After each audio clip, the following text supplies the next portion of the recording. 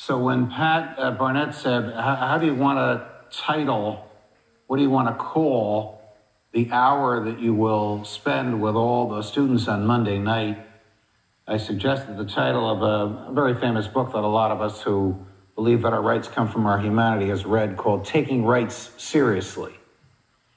And if we do take rights seriously, I'm going to start this lecture with what I will say at the end. If we take rights seriously, we know that they are not privileges. We know that they are not permission slips. We know that they are claims. They are claims against everyone and everything, including the government. So the concept of the natural law explores, where do these rights come from? Forgive my back, but this is natural law theory, NLT with an underline. And this is its opposite, positivism, P in a circle. So natural law theory argues that our rights come from our humanity. Positivism, the definition of which with respect to law is a law that is written down and ratified, has no moral bearing to it whatsoever. Whatever the lawgiver says the law is, if the lawgiver followed its own rules in promulgating the law, then under positivism, that is the law. So beginning with natural law, we have the three amigos. It's very easy to remember. All their names start with A. Aristotle, Augustine, Aquinas. So Aristotle argued that we can tell right from wrong by our experiences. And we can tell right and wrong from our senses. We know that fire burns. We know that ice is too cold. We can tell good and evil when we look at it. Augustine argued we can tell right and wrong from revelation, because Jesus came into the world and revealed himself as God and was willing to suffer and die on the cross. We can tell what is right and wrong by following his words. Augustine the pagan, God have mercy on me. Aristotle the pagan, Augustine the Catholic. Aquinas says you're both wrong. The essence of understanding the natural law is reason. It is not experience. It is not revelation. It is reason. We have the ability to reason what is right and what is wrong. And in order to reason, we need to be able to exercise certain freedoms like thought, speech, publication, travel, privacy. Those are natural rights which couldn't exist if we didn't have the natural law. So Aquinas, notwithstanding Saint Thomas Aquinas, notwithstanding his position in the hierarchy of the saints as the angelic doctor, amongst those born of mortal parents, he's second only to the Blessed Virgin Mary, nevertheless rejects the argument of revelation and makes the argument of reason. It's very important to understand the concept of the natural law, to understand reason. It is the key and most significant word. So I was teaching a course on the basic course on the Constitution, which is 175 Supreme Court opinions that every lawyer theoretically knows and needs to know to pass the bar exam. If you're taking my class here, we're going to address about 25 or 30 of them, just those that pertain to congressional regulation of the economy, the Commerce Clause, the Contracts Clause, the taxing power, and the spending power. But after giving this course, a student came up to me and said, I enjoyed the course, I liked it, but I'm afraid to take your course on legal theory, which is an advanced course. I said, why? He said, well, I went to a Catholic high school and a Catholic college, and I'm sick and tired of Catholicism being shoved down my throat. You don't have to be Catholic. You don't have to be Jewish, because much of this is Judeo-Christianity, in order to accept the natural law. Because of this, because of reason, rejecting revelation, arguing that any human being, acknowledging the existence of God the Father or not, can reason his or her way to discerning what is right and what is wrong, what is good and what is evil. This conversation I had with a student who got an A in the basic course and eventually took the advanced course and got an A+, profoundly moved me. And I have labored mightily to do my best to explain natural law theory from a secular perspective, even though its principal progenitor in all of history is a Roman Catholic saint. This is no revelation on my part.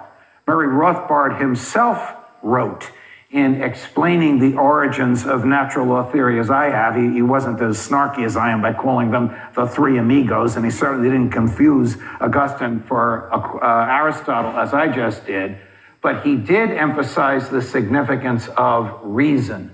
So I'm going to put an R next to Aquinas. I'm going to put an RV for revelation next to Augustine. I'm going to put a KE for knowledge and experience next to Aristotle.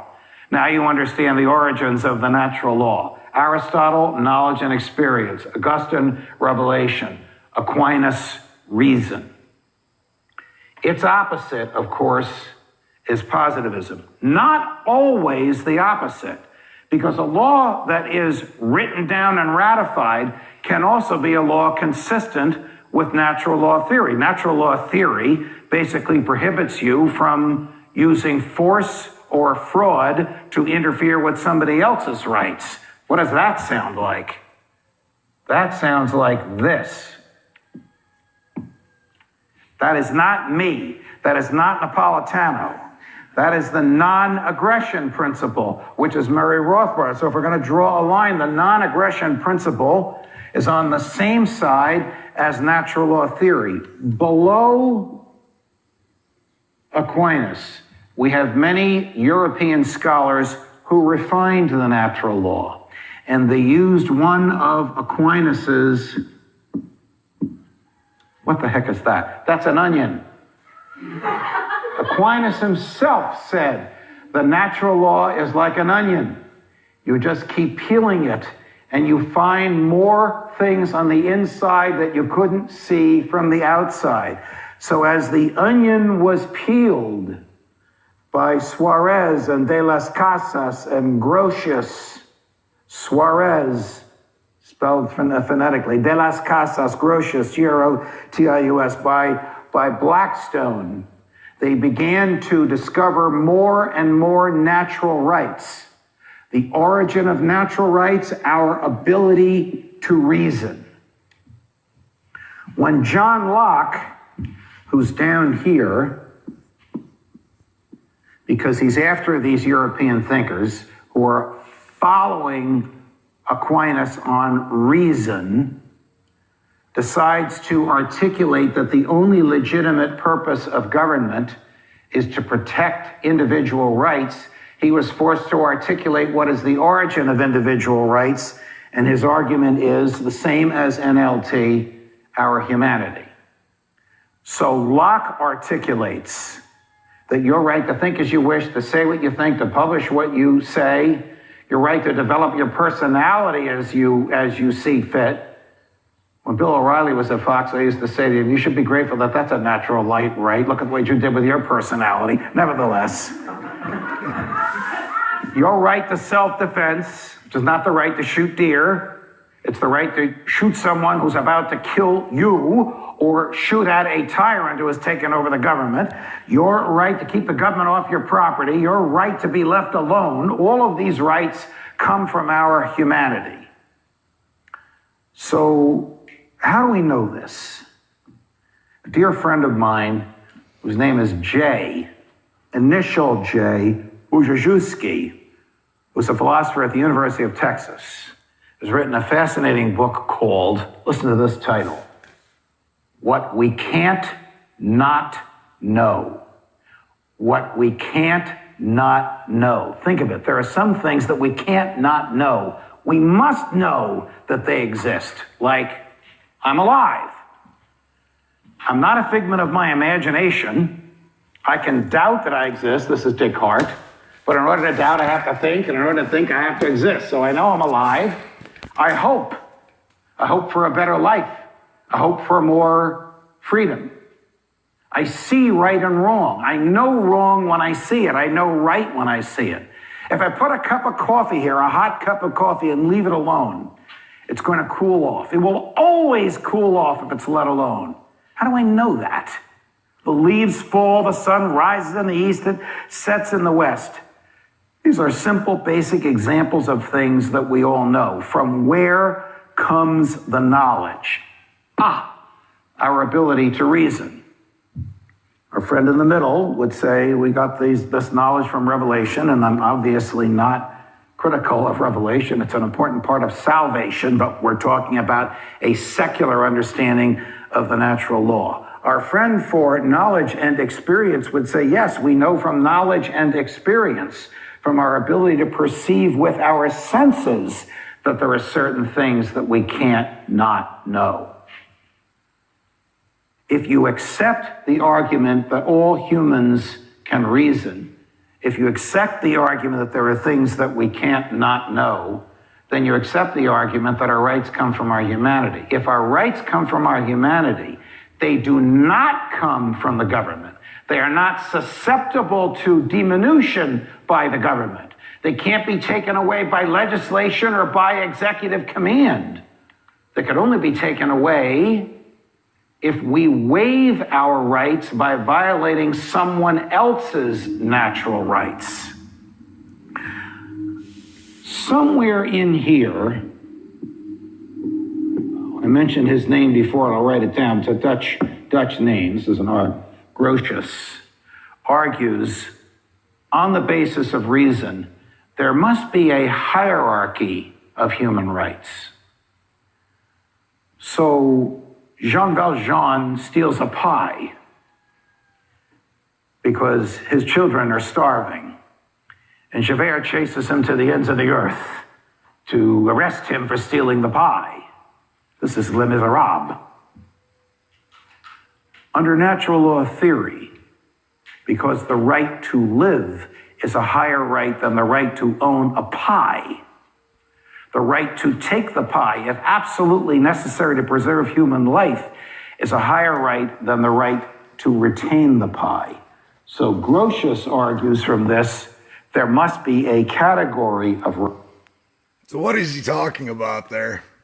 He's talking about the law of necessity. Necessity trumps all law. The necessity to survive, to quench your thirst, to feed yourself is an absolute essential necessity.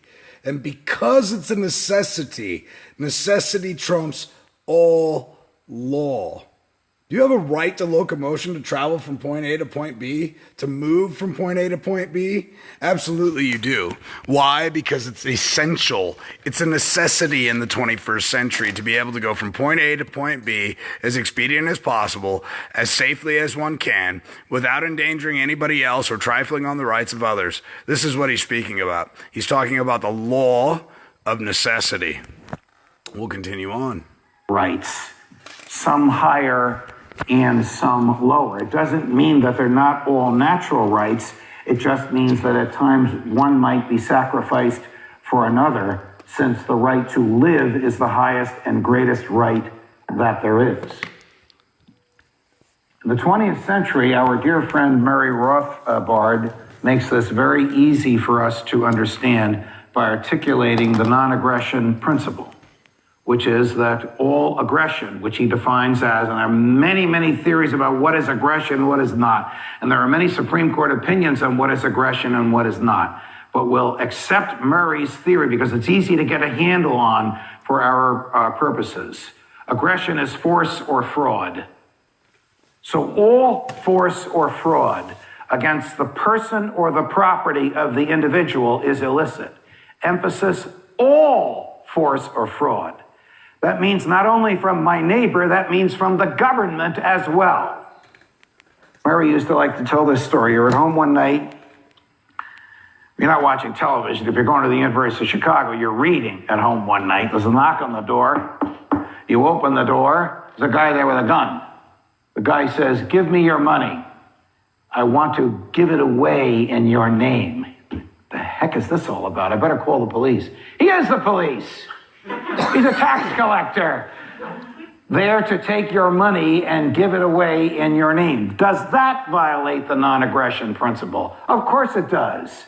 It's using both force and fraud to deprive you of something that is absolutely and naturally yours, which is your possessions. And when I say on air at Fox that taxation is theft, I mean, aside from some of the things I've said about the one in the Oval Office, nothing has caused me more grief than this. Even my fellow libertarian at Fox, though he's not there anymore, a wonderful human being that many of you know, does a lot of lectures like this for young people, John Stossel, would say, "Would you please stop saying taxation is theft?" I said, "Why? It is theft. You agree with that, don't you?" He goes, "Yeah, but I can't say it, and my people want to know, why do you say it and I don't say it?" When Jefferson wrote the Declaration of Independence, DEC for Declaration, he used iconic language that we endow our rights from our Creator and that our rights are inalienable. Well, that's back to this, that they are inalienable and they come from the Creator. Again, you don't have to believe that they come from a Creator. You can believe that because human beings are the highest corporeal, rational beings on the planet, and that we couldn't rationalize and use our bodies in a rational way without the freedom to do so, that our rights come from within us. But by using the word inalienable, he actually wrote unalienable, which doesn't exist anymore. The modern word is inalienable. He's wedding the country at its birth to the idea that our rights come from our humanity. This is very important because it is the essence of natural law theory. If our rights come from our humanity, then the government can't take them away. If our rights come from our humanity, then taxation is theft. If our rights come from our humanity, then every benefit of every doubt, to use the modern technology, the default position is in favor of human freedom and not in favor of the government. I was trying cases, criminal cases, in the Superior Court of New Jersey and Hackensack, New Jersey. It seems like 100 years ago. And I would say to prosecutors, "Well, why is this the law?" "Well, it's the law because the legislature wrote it." Positivism. Written down and ratified. That's all that's necessary for positivism. Written down and ratified. It could say the tax rate is 80%. If it's written down and ratified under positivism, it's the law. There's no moral tie to law in positivism. The attraction of positivism is that the government, that the people get the government that they deserve. And they can vote any government in or any government out and vote in any type of legislation that they want. But because it is not tied to any moral belief, like our rights come from our humanity, I mean, Hitler was popularly elected. That's the most egregious example of all of this.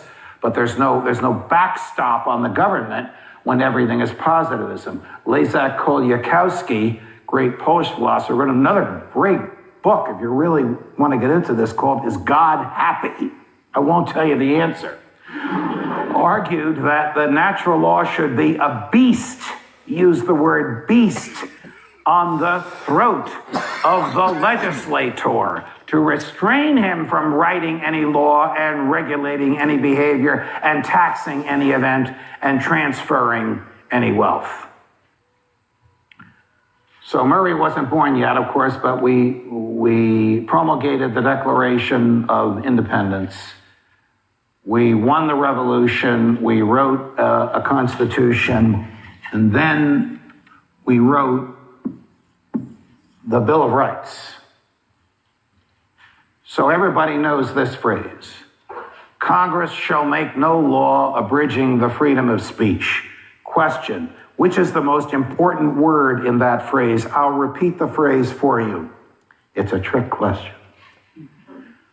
10 words. Congress shall make no law abridging the freedom of speech. Madison argued for hours over one word in that sentence. The freedom of speech demonstrated indisputably the belief of the framers that it pre-existed the government. Well, if the freedom of speech pre-existed the government, it didn't come from the government. If Madison were here, we would say, where did it come from? And he would say, well, look at what my neighbor wrote when he wrote the Declaration of Independence. It's one of those inalienable rights that he talked about. So little Jimmy, as they called him, he was all of 4'8". I would love someday, maybe in heaven, I'm not going to, bodies in heaven, I don't know, the resurrection of the dead, of the body, to stand next to little Jimmy, because I would look like Shaquille O'Neal standing next to him. So little Jimmy, you protected all these expressive rights. Think as you wish. Develop your personality as you see fit. O'Reilly. Say what you think. Publish what you say. Assemble or not assemble. Worship or not worship. Petition the government or not petition it. The right to keep and bear arms. The right to self-defense. The right to keep the government out of your property in wartime, no matter how badly they need the property. The quintessential American right, the right to be left alone. I'm going down the Bill of Rights. Okay, little Jimmy, what did you do about natural rights? The Ninth Amendment. You cannot understand natural law and its place in American history without understanding the Ninth Amendment, which Madison argued over. I love Madison, even though he had this bad phase in his life when he was a big government federalist and he pulled a lot of shenanigans to get the Constitution adopted. But then he got in the government and realized how awful it was and how the government had to be shrunk. But the Ninth Amendment basically says all those rights that we listed in number 1 through 8, that's not all the rights there are. There are many other rights that human beings have that the government... He's about to explain to you the numerated versus the unenumerated. Now, I ask people often how many branches of government there are. And many people go, oh, well, 3, Derrick. You've got the legislature, the executive branch, and the judicial branch. And I say, oh, great. You've got about, three-quarters of it figured out. But let me remind you of this. He who creates is master. Bill Gates does not answer to Microsoft. Microsoft answers to Bill Gates, all right, because he created, and because he created, he's master. Do you think that Bill Gates takes orders from Microsoft? No, he does not. So this goes back to the sound theory of he who creates is master. Well, if you were created by a higher authority, then you can't serve 2 masters, and you're a servant of the first master. And if man, then and thereafter, having one master, decided to create a government to benefit themselves, then there is truly a 4th branch of government that rightfully is the first branch of government, which is we as man, creating government to benefit mankind and to secure the posterity of the people, right? So here we are in a time, in an era where things have changed 180 degrees and been perverted in such a manner through spelling, through words, through trickery of the mind, leading people to believe that on one end they are free, yet you're only so free so long as you comply with the legislator. And the legislator, mind you, is nothing more than a bunch of bar yuppies. And I'm not talking about your normal bar flies down there having a cocktail at happy hour. I'm talking about bar attorneys, British accredited, registered foreign agents acting on our soil without a delegation of authority to operate outside of Washington, D.C., without being compliant with the Foreign Registration Act of 1938, not having a foreign registration certificate, not having a letter of good standing from the Secretary of State or a letter of good credit in order to operate in state of whatever it is. And so when we start to visualize what is truly going on in this country, and we start to realize that we are the power, period. End of story. We are the end all be all when it comes to government. And this is why he who creates is master, period. All right. But there are feeble minded individuals out there by the masses, unfortunately, due to the public indoctrination systems where the Bar Association has cleverly taken over the school system and the educational system. And by doing so, they were able to dumb down the American people and, quite frankly, the people of the world to be subservient slaves to their agenda. All right. If we're going to fix anything in the United States of America through the corporation identified as the United States, we're going to have to make that distinct separation between powers. And so what I believe, and I haven't seen this yet, what I believe he's about to get into is the unenumerated, the right to breathe, the right to defecate, urinate, masticate, masturbate, whatever it is. All these things are unwritten. And if you don't know that you have these rights, then you don't have those rights. It's that simple. So when we're looking at the Constitution, for example, the Constitution coffers and gives you no damn rights. What it does is simply lay the boundaries for which the government cannot encroach upon. All right. And these were essential because at the time that those documents were drafted and brought to life, this was the tyrannical behavior being exhibited against the people, the very people that sought sanctuary in other lands because of the oppressive tyranny. And so it came to mind, we need the freedom of speech. We need the right to protect ourselves. We need the right to be secure in our papers, places, persons, and effects. All right, our houses, our cars, our property. Property is huge. Property covers everything. It's not private property. It's not special property. Don't diminish property with an adjective in front of it. Don't diminish it. Property, noun, property. That's my property. That's harm being caused to I by trespass by way of theft of property. You notice I didn't say private property, special property. It's my property, period. And I can call it whatever I want.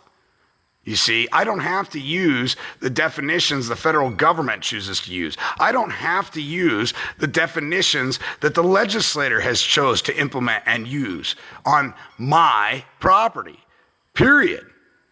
So when we look at theft by taking, and the officers of the law allege, well, it's in the statute. I just do what the legislator tells me. Meanwhile, they can't tell you one legislator's name, which I find absolutely hilarious. I've talked to a number of officers and said, just give me one legislator's name. Just give me one that gave you delegation of authority to do what you're doing to me. Just give me one of their names. They never can do it. It's amazing to me. Yet they will often tell you that they're doing what they're doing because the legislator said so. Just give me a name. Show me who's personally liable for the breach of trust, breach of public policy, and the egregious act against my unalienable rights, causing I harm as a man.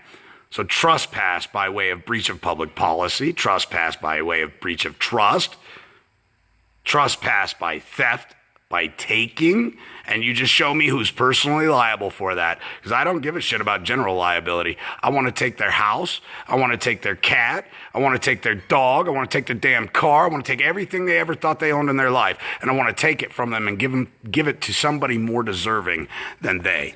Because you can do that. That's the power you have when you gain the knowledge. Shall not disparage. About as strong a language as you can see in anything in the Constitution. It is the Ninth Amendment that is the manifestation of natural rights as the basis for the protection for all the rights in the previous 8. Another trick question. If Congress proposed a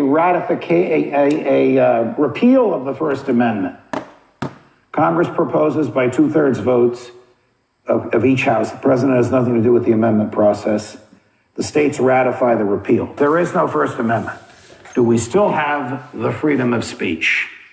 Answer, under positivism, we do not. Because the law as written down has removed it. Under natural law theory, because it comes from our humanity, of course we have the freedom of speech. It's integral to our existence, irrespective of what positivism says. When NLT and positivism meet, that's good law. That is such a tiny fraction of a percentage of the laws that exist. How many federal criminal laws are there? 4,000 400 federal criminal laws. There isn't a human being in the world who has read and understands all of them. But the very, very few that are consistent with natural law theory are the areas in which positivism does the right thing. Question: if the legislature of the state of Alabama repealed laws against murder and Anton shot me dead, can he be prosecuted for murder? Under positivism, no, because there is no law against murder in this crazy theory that I've just proposed in the state of Alabama. Under natural law theory, of course he can, because he has violated the greatest right I have, which is the right to stay alive. So he's showing you the difference between two different jurisdictions, and jurisdictions has always been something that I struggle with, from the exclusive jurisdiction of equity, positive law, public policy, the legislator, judicial jurisdiction of admiralty, maritime jurisdiction, and he's showing you the difference. What he's talking about when public policy and natural law are in harmony, what we actually have and what is actually created is called positive law. Unanimously across the board in all the countries, murder is innately wrong. Okay, there may be a time to kill, but murder is with the intent of causing somebody a loss of their life without any need or necessity to implement the killing of someone for self-defense, say. So when we look at the word murder versus kill, we're looking at the difference between the jurisdictions of intent, mens rea, malium inse, malium prohibitum, and corpus delicti, the body of the crime. And when we're looking at self-defense, where a man killed another man because he breached his home, causing him to have to defend oneself or his family, we're looking at something completely different. Two different jurisdictions, two different ways of moving. The criticism of natural law theory is that it is the opposite of positivism. What are the two requirements of positivism? Written down and ratified. The natural law is not written down anywhere. Why? Because we can't not know it. Because we know it from our hearts. You can read Aquinas until you're blue in the face. This is the secular side of Aquinas. This is the reason side of Aquinas. This is his taking everything that existed up to the time that he wrote and codifying it. And it's still not enough, because the natural law is an onion, because we keep peeling it and finding more things in there. Before we leave, I'm going to give you a modern day example of the use of natural law, which Aquinas, as a Roman Catholic monk and saint, would be repelled by, but which is absolutely consistent with the natural law. Because as life becomes more complex and people live closer to each other and they have more interaction with each other, there's more of a need to ascertain what are our rights. So, I had an experience with Justice Scalia once. A great experience of my life was to be a good friend of his the last 10 years of his life. A real character. I was interrogating him before 2,500 people at the Brooklyn Academy of Music. This was not a Fox production, or there would have been all kinds of bells and whistles. This was a Brooklyn Law School production. I was a professor on the faculty there at the time, and we invited him to come.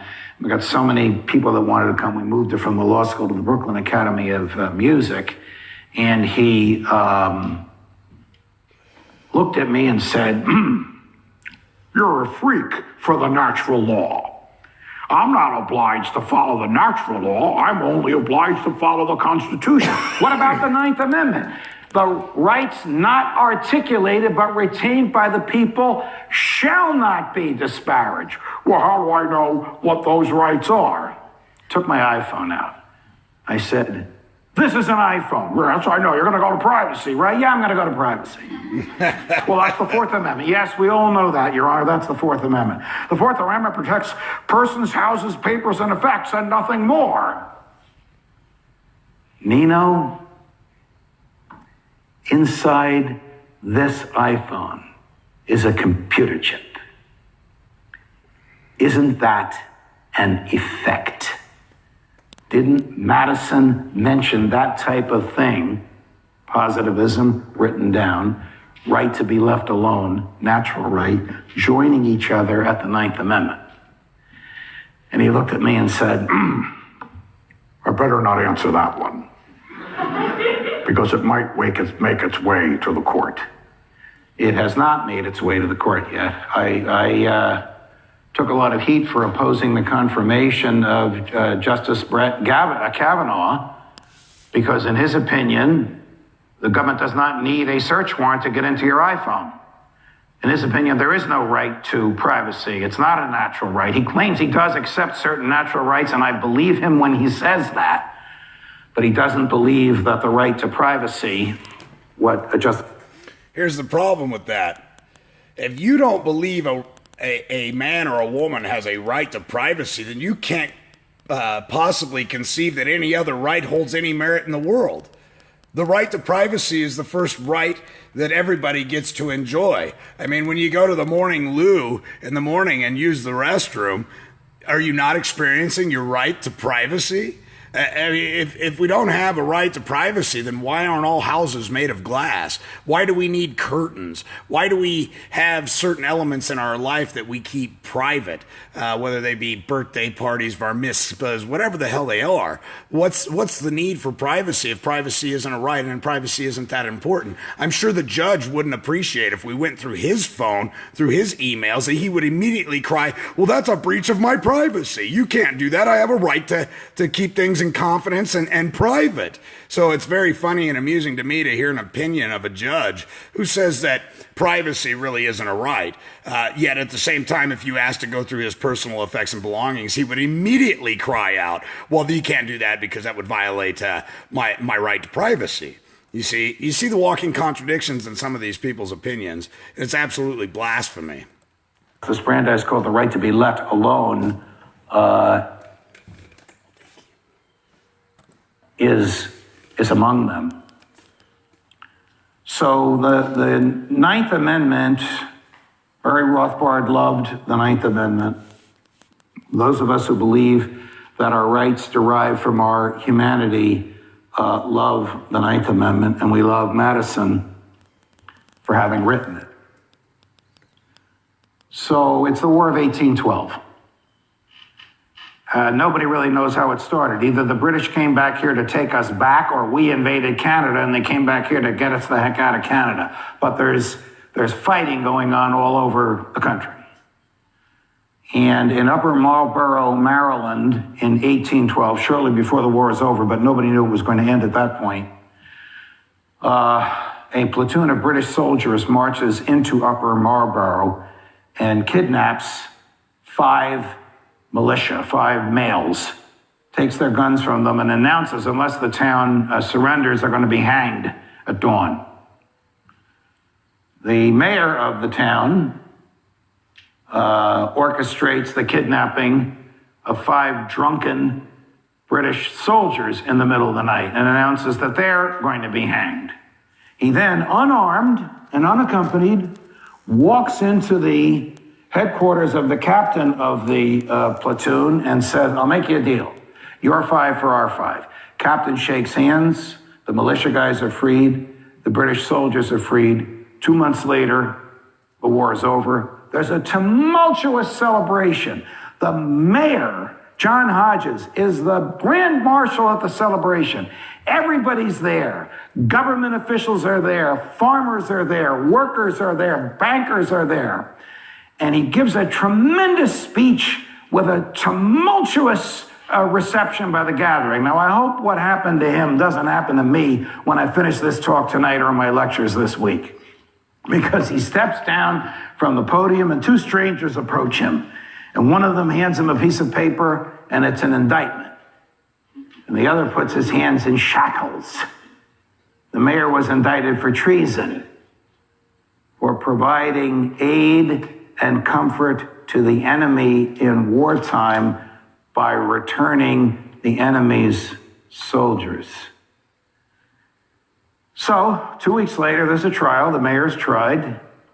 The judge was the guy who introduced the mayor at the parade. The jurors were all at the parade. The prosecutor was at the parade. Defense counsel was at the parade. The prosecutor stands up and says, you know, this indictment came from Washington. We all think the mayor's a great guy, but let's face it, he did do what the indictment says he did. He did provide aid and comfort to the enemy in wartime, which is the definition of treason. By the way, the other definition of treason is waging war on them. The them are the states of the United States, something Abraham Lincoln did. The them is not the federal government. Another story for another time. Tom DiLorenzo, who's in this room, is the world's foremost authority on all of this. Defense counsel stands up and says, the mayor's a hero. He saved human life. How can you possibly convict him? The judge says, I never said this to a jury because they were all males. Gentlemen, we've reserved a room in the tavern across the street. After you finish the meal the tavern keeper has prepared, and after you finish his best barrel of ale, a barrel of ale, you will deliberate the mayor's fate. Foreperson raises his hand and said, we don't have to deliberate. We'll take the ale, but we don't have to deliberate. What's the verdict? The verdict is not guilty. This is the first example and the first published opinion of jury nullification in American history. A bunch of farmers in Upper Marlboro, Maryland, saying to the federal government, stay the hell away. This is positivism run amok. That's the good side. Here's the bad side of this story. The Justice Department has a rule that every prosecution for treason, there have only been 7 successful treason prosecutions in all of American history. There have been many prosecutions, only 7. And that there, ladies and gentlemen, is the problem. 7 successful treason cases brought against agents and agency nefariously acting to unjustly enrich themselves while stealing from you and yours. 7. That's absolutely frickin' despicable. When we look at the politicians today in this day and age, human trafficking, child trafficking, trafficking of persons, enabling agents and agency to work underneath of them, cloaked by their legislators to protect them and grant them qualified immunity, which is horseshit. 7. You know what fixes this country? Lynching a few judges, no bullshit, from a few trees just once a month. And you watch how quickly things change. You watch how quickly, if you hung and strung up a couple lawyers in the town square, how quickly the attitudes and the demeanor of the theft, the deception, and the fraud would change drastically. I'll tell you one thing. I got my ass spanked real good and hard one day. I had a can of gas, a 10-gallon can of gas, a mason jar, and a book of matches. And you can only imagine what my little ass was doing. I was flicking matches like little flaming cannonballs at this mason jar that wasn't even 2 foot from a 10-gallon tank of gasoline. And my old man come around that corner, and boy, I'll never forget it. Until I was in my late teens, I never looked at another book of matches. I didn't look at a can of gas because just the sight of it made my ass hurt. All right? We learn from things that are painful, period. It's part of being a natural man. When things hurt, we tend not to do them again. But if the juice is worth the squeeze, like that Himalayan honey that so many people like, those people climb down mountains and get stung thousands of times to receive the bounty of that nectar from those bees. But at the same time, they're also looking at better ways of achieving that same lustful desire of having that honey, right? Without getting stung. Well, that's essentially what the legislators have done. Instead of getting hung, lynched, shot, thrown in Guantanamo Bay, they've managed to legislate themselves to some type of impunity or immunity because we've allowed it. They put on a bee suit, ladies and gentlemen, and they've come around and beat the shit out of the hornet's nest. But you know what? The hornets don't bother them anymore. Because until we start lynching them, until we start hanging them from trees off the saddle horn of a damn horse, nothing will change, ladies and gentlemen. You know, there was a time where a sheriff tried to cook an election, and it actually ended up in a shootout to the point where the sheriff actually tucked tail, jumped in an ambulance, and left his men behind, all due to his fraud. But guess what? The village, the people, stood up against tyranny, said enough was enough, and took a stand. Now, I don't advocate violence in any way, shape, or form, but I will tell you this. A criminal absolutely deserves exactly what they have coming to them. Look, you'll get pulled over for a speeding violation in 30 days. If you don't go to court, you'll be in jail. Nancy Pelosi has robbed the American people for 50 frickin' years in office, doing all kinds of nefarious shit, and yet she's free to walk around. Isn't that amazing, ladies and gentlemen? How we are supposedly the enemy, how we are uncontrollable, how we need a strict amount of legislation placed upon us because we are untrustworthy. Yet the people that create the very legislation do not abide by it, use it as a shield and a cloak to do nefarious activities like steal your fucking offspring through CPS, like fleece your dinner table through tickets, through the agents and agencies such as police officers, which is really just a title. And yet at the same time as they fleece you and unjustly enrich themselves for a victimless crime with no victim, no injured party, no man or woman bringing forward a claim, you are being robbed. If you don't think that's treason, I don't know what to tell you. When I see it, it's grotesque. I sit in courts often and I watch as countless Americans, which are really United States citizens because they don't understand the difference, and the courts are allowed to presume and assume that they are a certain status because, well, they haven't said otherwise, right? And when that happens, it just strickens my heart to know that these poor fools went through a social indoctrination program that led them to be sheep, led to slaughter. For the rest of their life, their labor will be stolen from them. For the rest of their life, they will think they own something. They will acquire certain rights or certain privileges to utilize certain things, but in the end, it will always revert back to the public trust. Nothing will be left to their family. And we've been doing this for thousands of years now, all right? And it's time to put an end to it. If you think how hard your ancestors worked in their days, and how you have nothing to show for all the sweat equity the generations of lineage have built, where did it all go? Who holds it now? Why do they have it? How did they acquire it? Where did your wealth go, ladies and gentlemen? Thank you for joining me. My phone's about to die. This is obviously the judge, Andrew P. Napolitano. I really enjoy watching his good works. I think he does a very good job of conveying to people around the world the truth. And, although I don't follow Fox News Media or any of that good jazz, his words seem to hit the soul, and they hit it right where it counts. So thanks for joining me. Look forward to seeing you guys in class September 19th for equity. We're going to go into trust law and equity. If you haven't signed up for it, check it out. Don't forget that we are not compensated for this color of law one-sided scheme. Yeah, you're absolutely correct, Joseph. So thanks again for joining me. We'll see you guys soon. And greatly appreciate all your donations, time and energy, and your thoughts that you continue to send to me. It's very uplifting, and I appreciate it.